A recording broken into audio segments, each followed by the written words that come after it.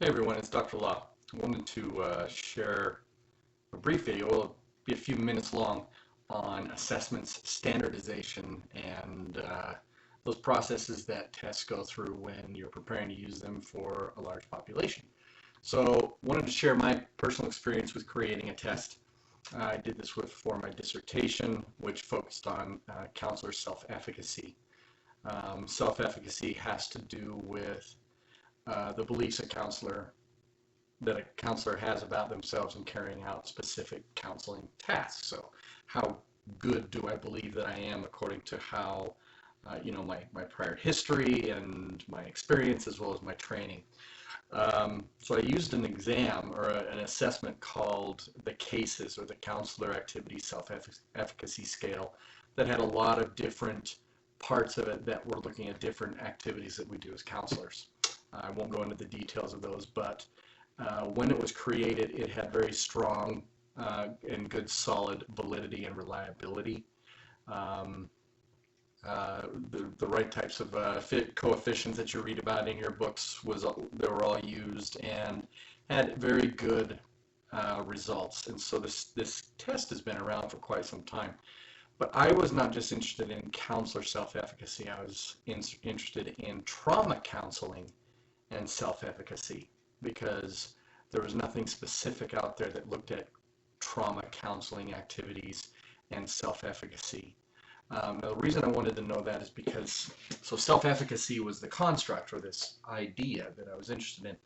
I was also interested in competence, which competence is the construct, or the idea that that if a counselor is competent, they're able to take the skills and sub-skills they have learned as well as prior experience, put them into play with not just one client but multiple clients, and to continue to do it in an efficient manner. And so it's related to self-efficacy, but it's very difficult to test for competence, because much of that comes down to a lot of variables that have to do with subjectivity. And I wasn't interested in that. I wanted something much more data-oriented. So I moved away from competence to self-efficacy. So I received permission from the author of the CASES scale, the Counselor Activities Self-Efficacy Scale, to modify it, which was kind of fun. And so what I was able to do was take the actual questions that the original author used and change them slightly so it now focused on trauma counseling and not just counseling in general. It was kind of fun to do that. But of course it had to go through a whole new standardization process, which is what I did with this study that I did back in 2012.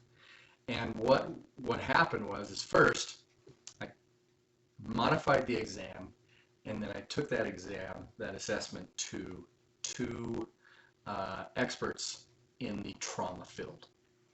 And these were folks who are and still continue to be accepted as trauma experts. They reviewed the questions, gave me feedback. And what was neat is both of them gave me similar feedback. There was some variation, but very little, which kind of helped with that aspect of how well it was done. And so after that, I was able to use a statistical analysis by giving the exam to as many people as I could that would volunteer for the study. And it roughly ended up being about 114 different counselors, and these are mental health counselors, and they were all either with master's or doctorate levels, and they ranged anywhere from having been in the field for 6 months on up to like 25 years.